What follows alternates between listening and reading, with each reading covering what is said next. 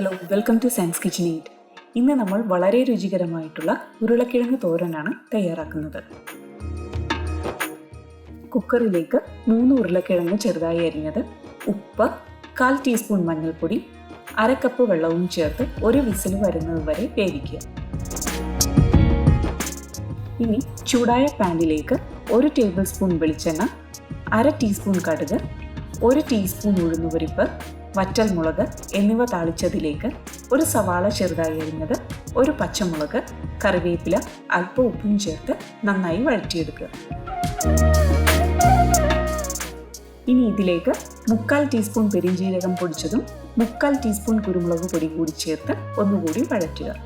ഇനി വേവിച്ചു വെച്ചിരിക്കുന്ന ഉരുളക്കിഴങ്ങ് ചേർത്ത് നന്നായി യോജിപ്പിക്കുക. ഇതിലേക്ക് 1/2 കപ്പ് തേങ്ങ കൂടി ചേർത്തിളക്കി തേങ്ങ ഒന്ന് വെന്ത് വരുന്നത് വരെ മൂടി വെച്ച് വേവിച്ചെടുത്താൽ വളരെ രുചികരമായ ഉരുളക്കിഴങ്ങ് തോരൻ റെഡി. ഇത് ചോറിൻ്റെ കൂടെ നല്ലൊരു കോമ്പിനേഷനാണ്. തയ്യാറാക്കി നോക്കുക. Thanks for watching.